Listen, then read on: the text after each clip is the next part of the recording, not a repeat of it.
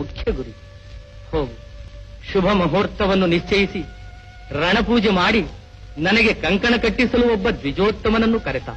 ಲಂಕೆಯಲ್ಲಿ ನನಗಂಥವರಾರ ಪರಿಚಯವೂ ಇಲ್ಲವಲ್ಲ ಪ್ರಭು. ಎಲ್ಲರಿಗಿಂತ ಹೆಚ್ಚು ಪರಿಚಯವುಳ್ಳ ರಾವಣೇಶ್ವರನಿಲ್ಲವೇ? ಭೀತರಾಗುವರೆ. ಸರ್ವಧರ್ಮ ಶಾಸ್ತ್ರಗಳ ಪಾರಂಗತನಾದ ಉತ್ತಮೋತ್ತಮ ಆಚಾರ್ಯನು ಮತ್ತಾವನಿರುವನು. ಕಪಿಶ್ರೇಷ್ಠರೇ, ಅವನು ಪೌಲಸ್ತ್ಯ ಬ್ರಹ್ಮನ ಮೊಮ್ಮಗ, ವಿಶ್ರವಸ್ತಿನ ಮಗ. ಹೋಗು ಮಾರುತಿ, ನಾನು ಕರೆದನೆಂದರೆ ಅವನು ಒಲ್ಲೆನೆನ್ನುವುದಿಲ್ಲ. ಧೈರ್ಯ ಸಮರ್ಥ.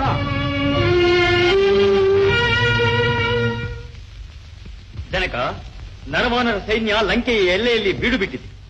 ಯುದ್ಧ ಸನ್ನದ್ಧರಾಗುವ ಮೊದಲೇ ಆಕ್ರಮಿಸಿ ಅವರನ್ನು ಇಲ್ಲದಂತಾಗಿಸಿ ಬಿಡುತ್ತೇನೆ. ಇಂಥ ಅಧರ್ಮಯುಕ್ತವಾದ ಮಾತನ್ನು ನಿನ್ನಿಂದ ನಿರೀಕ್ಷಿಸಿರಲಿಲ್ಲ ಮಗನೇ. ರಾಮರಾವಣರ ಯುದ್ಧದ ಅಂತರಾರ್ಥವೇ ಬೇರೆ.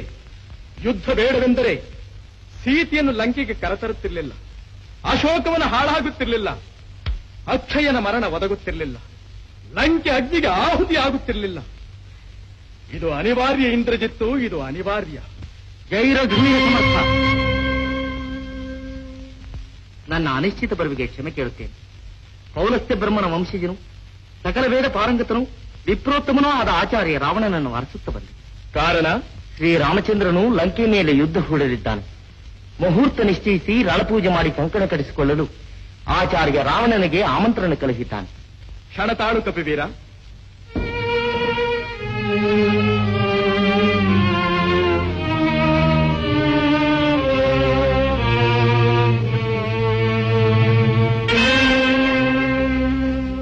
ನಾನೇ ಅವನು. ನಿನ್ನ ರಾಮನ ಆಮಂತ್ರಣವನ್ನು ಆದರದಿಂದ ಒಪ್ಪಿಕೊಂಡಿದ್ದೇನೆ.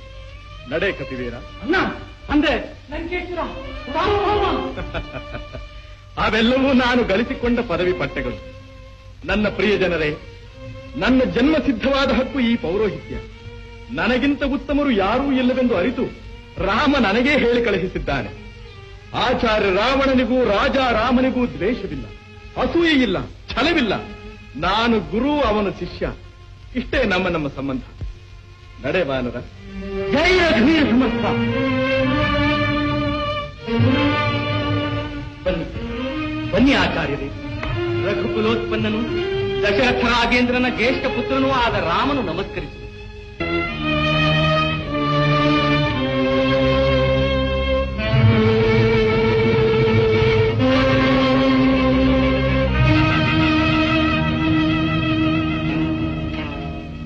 ನಿನ್ನ ಉದಾತ್ತತೆಯ ಆಹ್ವಾನ ನನ್ನನ್ನು ಮಂತ್ರಮುಗ್ಧನನ್ನಾಗಿ ಮಾಡಿಬಿಟ್ಟಿದೆ. ರಾಜ, ವಿಳಂಬಿಸಬೇಡ. ಇನ್ನೊಂದು ಮುಹೂರ್ತ ಮೀರಿದರೆ ಲಂಕೆಯನ್ನು ಜಯಿಸಲು ಯಾರಿಂದಲೂ ಸಾಧ್ಯವಾಗುವುದಿಲ್ಲ. ಬೇಗ ಸಂಕಲ್ಪ ಮಾಡು. ರಣಕಂಕಣವನ್ನು ನಾನೇ ಕಟ್ಟುತ್ತೇನೆ. ಕನಸಿನಲ್ಲಿಯೂ ಎಣಿಸಲಾಗದು ನೋಡ. ಲೋಕದ ಮುಳ್ಳು ನಾಲಿಗೆಯಲ್ಲಿ ರಾವಣನೊಬ್ಬ ರಾಕ್ಷಸ, ಲಂಕೆಯಲ್ಲಿ ಅವನೇ ಧರ್ಮದೇವತೆಯ ಪ್ರೇಮದ ಪುತ್ರ. ರಾಮಚಂದ್ರ, ಇನ್ನು ನೀನು ವಿಶ್ವದಲ್ಲಿ ವಿಜೇತ. ಗುರುವೇ, ನಿಮ್ಮ ಮನಸ್ಸು ಗಂಗೆಯಂತೆ ನಿರ್ಮಲ. ತಿಳಿ ನೀರಿನ ಬಸಿರಿನಲ್ಲಿ ಬಗ್ಗಡವೇ ಹೆಚ್ಚು. ಮೋಹ ಮಮತೆ ಮತ್ಸರಗಳ ಆವೇಶ ಯಾರನ್ನೂ ಬಿಟ್ಟದ್ದಲ್ಲ ರಾಮಚಂದ್ರ.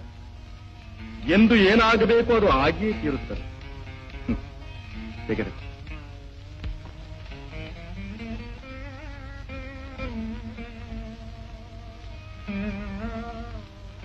ಇದು ನನ್ನ ಪ್ರಾಣದ ಕರ್ಪೂರವನ್ನು ಹೊತ್ತಿಸಿ ಬೆಳಗುವ ನಿನ್ನ ಮಂಗಳಾರತಿ.